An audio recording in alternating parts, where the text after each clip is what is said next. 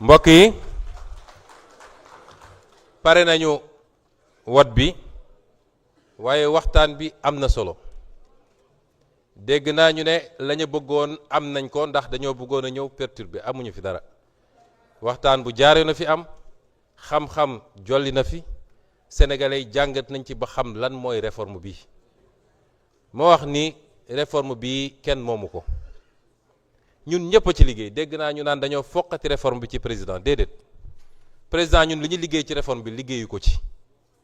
ndax ñun ñoo doon tëju di yendu ba ngoon sëgg ci texte bi ñu paree dañ ko yéet jox ko ci clé USB donc réforme bi moomu ko te assemblée nationale bi moo ko ëpp sañ-sañ ci wote ay loi rawatina nag loi bi nga xam ne loi constitutionnelle la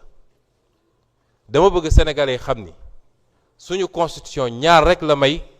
ñu mën a soppi constitution moo xam askan wee ko def directement boobu dañuy woote référendum wala assemblée nationale moo ko def président amul boobu sañ-sañ kon lii assemblée def cëram la te nag nañu xam ni assemblée bi ñu ne woon dina soppi ko ba sénégalais yi gis ko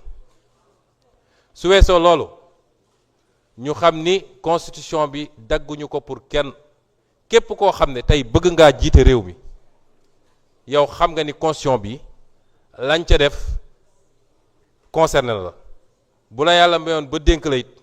la ñu ne yow alal gi nga am koom gi nga am bi ngay dugg ñu fal la président nga taxaw ne benn kër laa am benn oto laa am lii moo nekk sama compte bancaire xanaa kay boo defee 5 ans wala 10 ans booy dem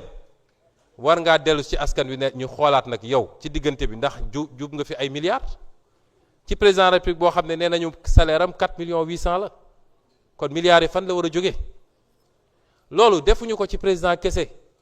man mii premier ministre bi ma koy nekk dama déclarer sama patrimoine bi ma fa jógee damay déclarer en tant que président de l'Assemblée nationale damay déclarer bu ma génnee damay déclarer loolu la yoon wax kon lan moo waral président bi nga xam ne mooy première institution moom rek war a déclarer suy dugg buy génn du déclarer kon déclaration boobu amul njëriñ kon loolu ku ko bañ rek am na loo nar loo waxagul wala am na loo tàmbali te réforme yi nag pour li ñuy wax assainir la vie publique renforcer la transparence day door kese de ndax li dialogue bi defoon yépp comité bi liggéey ci président bu ko andee wasalaam bu ko andiwut assemblée dina ko proposer mooy li nga xam ne moo jëm ci parti politique yi seen financement contrôle des comptes de campagne ak organe bi war a organiser élection yi ak yeneen dinañ ko dugal ba ci nag loi bi nga xam ne moo war a contrôler nag les fonds politiques assemblée bi dina ko dugal parce que loolu la ñu waxante woon ak sénégalais yi nun du ñu nekk opposition ne lii ñëw pouvoir wax li safaan wa gor ca wax ja nit métti na yomb na yaa ko waxoon defal te loolu nañ ko continuer président de la République warul jiite parti politique man de fi mu ne ni président parti politique la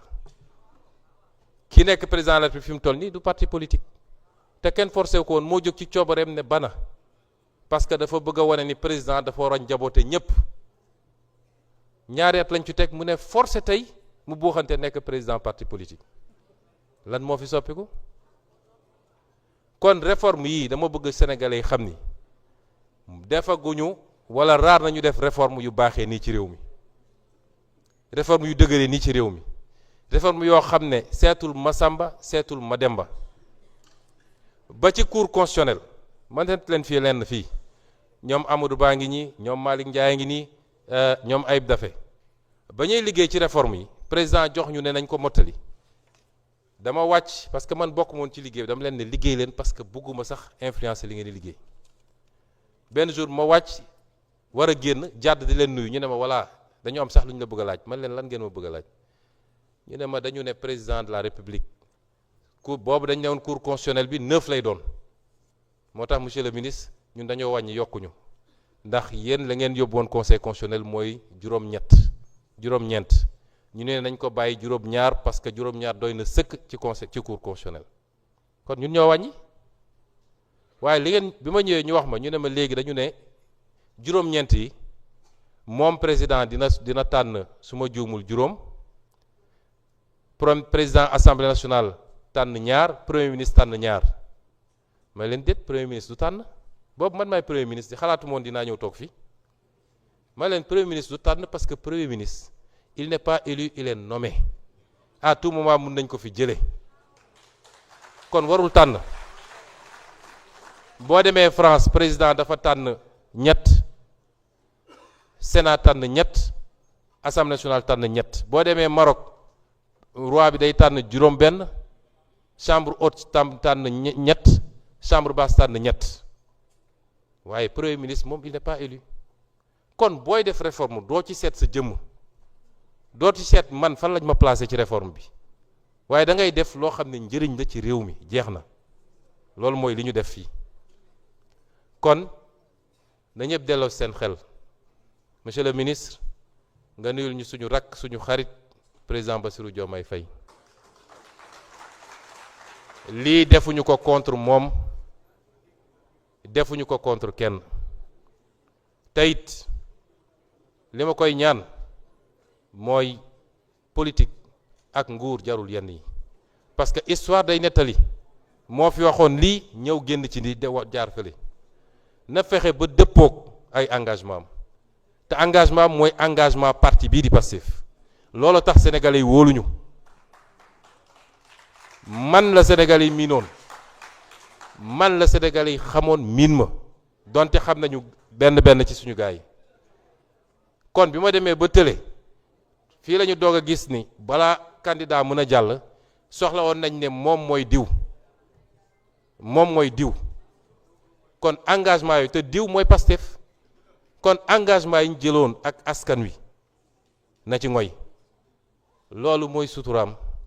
mooy wéy gu rafetam mooy muccam te mu bañ a déglu ña nga xam ne démb ak barki dem ñun bañuy sonn ñoom ñu ngi taxaw jàkkaarloog ñun ne faw ñu fetal ñu mu bañ a déglu ñooñu kon assemblée bi adopté na la ca des mooy le conseil constitutionnel wax muy wax gu leer nañ conseil constitutionnel dafa ne procédure bi ñett la initiative day am adoption am approbation am su doon loi boo xam ne loi simple la bu ñu paree rek dañuy yónnee président ne ko adopté ne ko promulguer mu am 6 jours ci délai de recours ak 8 jours ci délai de promulgation sur des procédures ordinaires waaye bu dee constitution comme charte bu am solo la mooy charte bi gën a dëgër ci réew mi moo tax ñu ne bu ñu adopté ba pare dañuy dem phase approbation ñu ne président nag ñaari choix la am imma mu ne mbir mi damay woo askan wi yëpp référendum ñu def ko benn scrutin référendum du élection scrutin la damay woo askan wi yëpp ñi bindu ci fichier électoral bi yëpp muy 7 millions wala lu ko ëpp kenn ku nekk ñëw ñu def campagne ñi fekkee référendum 2016 bu campagne bi jeexee ñu jël ay xob yi waaw lañ ci wax wala déet ñu ne dañuy dem wote ñaareel bi ñu wax mooy président mun na ko delloo ci assemblée nationale parce que yoon dafa ne bu dee adoption majorité absolue la ñu wax waaye bu dee approbation majorité qualifiée la ñu wax mooy 3/5 yi au moins 3/5 yi donc waaye conseil constitutionnel mi nga xam ne moom moo ñuy jàngatal moom mooy tafsir constitution dañ koy tafsir conseil constitutionnel moo koy tafsir moo naan article bii nii nga ko war a déggee te yoon ne bu ko xasee ba wax nag loolu day imposé wu ci président de la république imposé wu ci président assemblée imposé wu ci conseil constitutionnel moom ci boppam imposé wu ci keneen ku dul ñoom président de la république conseil constitutionnel boog moo wax ni bu ñu tollee ci jamono adoption mooy fi ñu toll nii bu dee réforme bi constitutionnelle bi révision constitutionnelle bi voie parlementaire la bu ñu ko adopté ci lu mat 3/5 nañu jàpp ni adoption bi yóbbaale na approbation bi kon jaratul ñu dem ci approbation bi loolu la conseil constitutionnel wax na ko ci jurisprudence bu 2006 bi waaye yeneen jurisprudence yi ci tegu yëpp ba bu 2024 bii ba ñuy modifier constitution ñoom dañoo adopté approuvé wuñu bi mu demee conseil constitutionnel dàqul loolu li mu dàqoon mooy da ngeen bëgg a yokk mandat présidentiel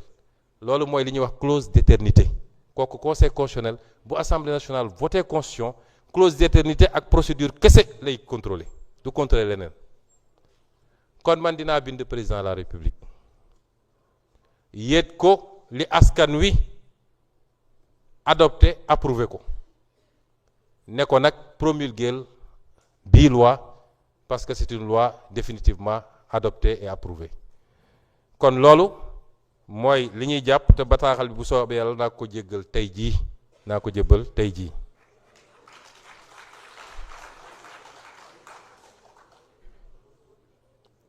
Mes chers collègues, l'ordre du jour étant épuisé,